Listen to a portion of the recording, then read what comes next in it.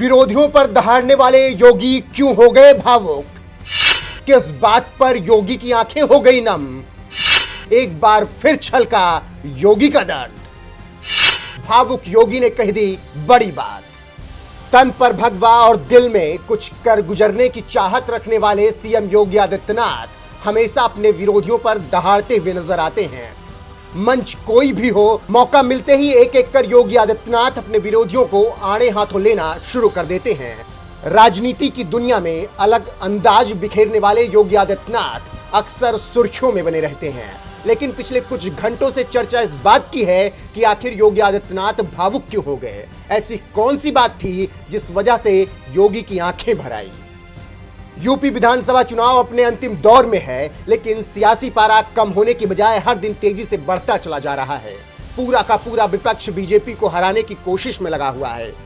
एक तरफ जहां बीजेपी परिवारवाद की राजनीति पर अपने विरोधियों को घेरने से पीछे नहीं हट रही है, तो वहीं दूसरी तरफ पूरा का पूरा विपक्ष बीजेपी को परिवार का मतलब समझाने में लगा हुआ है। वहीं योगी आदित्यनाथ साफ तौर पर कहते हैं पूरा प्रदेश ही मेरा परिवार है, लेकिन योगी के सामने एक ऐसा मौका भी आया जब एक तस्वीर को देखने भर से उनका गला भर आया और वो पूरी तरीके से भावुक हो गए। दरअसल यूपी चुनाव के विषय पर योगी आदित्यनाथ इंडिया टीवी पर इंटरव्यू दे रहे थे।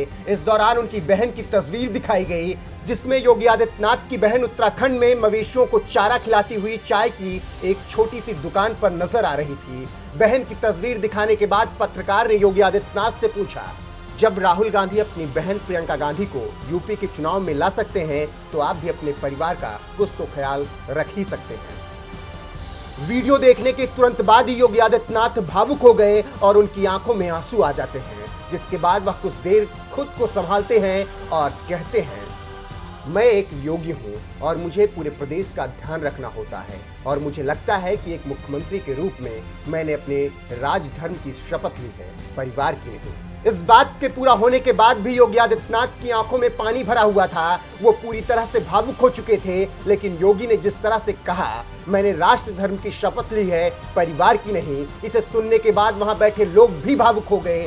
वहीं योगी आदित्यनाथ ने अपने ट्विटर हैंडल पर इंटरव्यू वाला वीडियो शेयर करते हुए लिखा है, एक मुख्यमंत्री के रूप में मैंने अपने राष्ट्र धर्म की शपथ ली है, परिवार की नहीं। जिसे देखने के बाद लोगों ने योगी आदित्यनाथ की जमकर तारीफ की। कुछ यूजर्स ने उनकी तारीफ में कमेंट किए हैं, तो वहीं कुछ लोगों ने लिखा है, प्रदेश को परिवार मानने वाले योगी को कोई नहीं हरा सकता। वहीं योगी ने अपने इंटरव्यू के दौरान राष्ट्र धर्म की बात करते हुए आगे कहा कि कुंभ जैसे महापर्व यहाँ होते रहे हैं। एक समय ऐसा भी था जब अखाड़े पहले स्नान के लिए लड़ते झगड़ते थे, खूनी संघर्ष होता था, लेकिन राष्ट्रीय एकात्मता को ध्यान में रखते हुए सभी ने अपने अपने अहम को शांत किया और सभी ने एक साथ मिलकर काम करने का संकल्प लिया। व्यक्तिगत आस्था हमारी अपनी जगह होगी, हम अपनी आस्था को देश पर नहीं थोप सकते। अंत में हम सब के लिए हम सब की सुरक्षा और सम्मान सर्वोपरि है। एक ही धर्म है, वह है राष्ट्र धर्म। इसके बिना कोई राष्ट्र संपन्न नहीं हो सकता। वहीं चलते चलते आपको बताते चलें कि योगी आदित्यनाथ के इस समर्पण भाव को देखने के बाद हर कोई उनकी तारीफ कर रहा है और लोगों की आंखें भी भर आ रही हैं। बहरहाल आपका इस खबर पर क्या कुछ कहना है, कमेंट करके हमें जरूर बताएं। उन्होंने विदेश से सामान मंगाने पर ही जोर दिया। इन लोगों को भारत का दूसरे देशों पर निर्भर बने रहना अच्छा लगता है। उन्हें एक ही बात नजर आती है, कौन सी पता है?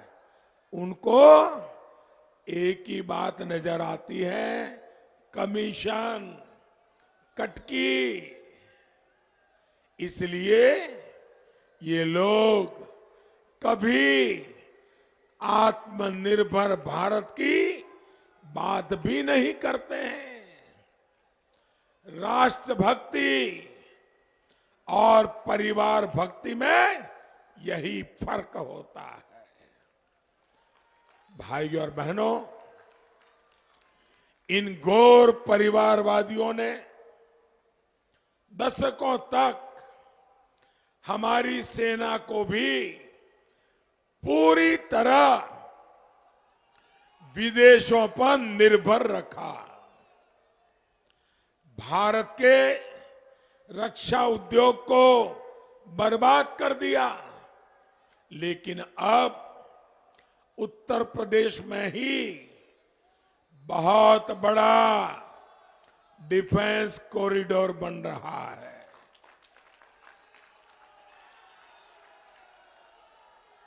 हमारे पास तेल के कुएं नहीं हैं।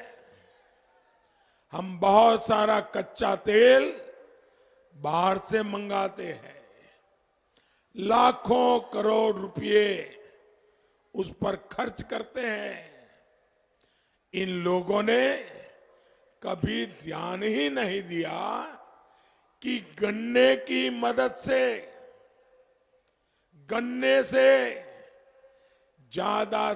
ज्यादा इथेनॉल भी बनाया जा सकता है।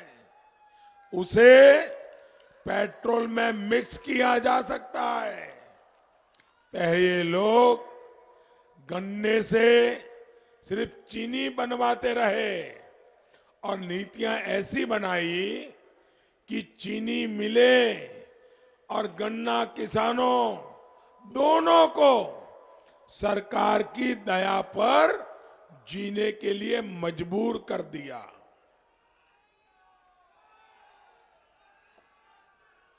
आज हमारी सरकार गन्ना किसानों के हितों को ध्यान में रखते हुए इथेनॉल प्लांट का बहुत बड़ा नेटवर्क तैयार कर रही है।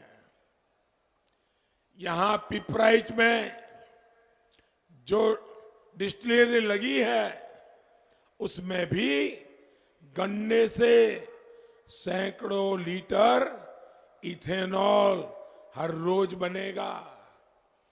गांव में जो गोबर होता है, शहरों में घरों से जो कचरा निकलता है, उससे भी बायोगैस बनाने के लिए आज देश में सैकड़ों बायोगैस प्लांट बनाए जा रहे हैं।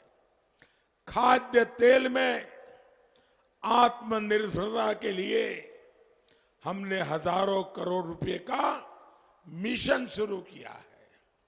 इसके तहत सरकार किसानों को तिलहन की पैदावार बढ़ाने के लिए मदद दे रही है। यानी हर साल जो लाखों करोड़ रुपए हम विदेश भेजने के लिए मजबूर है, वो हमारे ही किसानों की जेब में जाएंगे।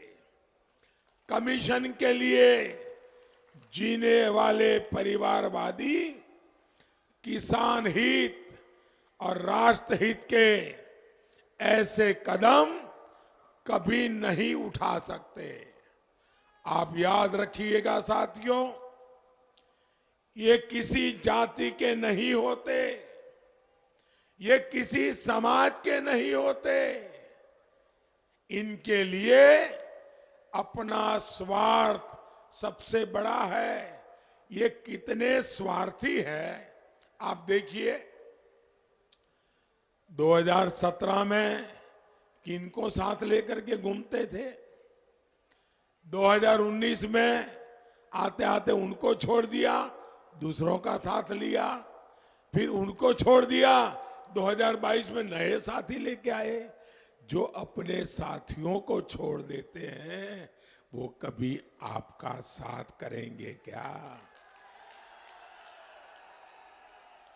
साथियों, ये गौर परिवारवादी जब सरकार में थे तो इन लोगों ने कैसे यूपी को लूटा है, इसका एक और उदाहरण मैं आपको देना चाहता हूं।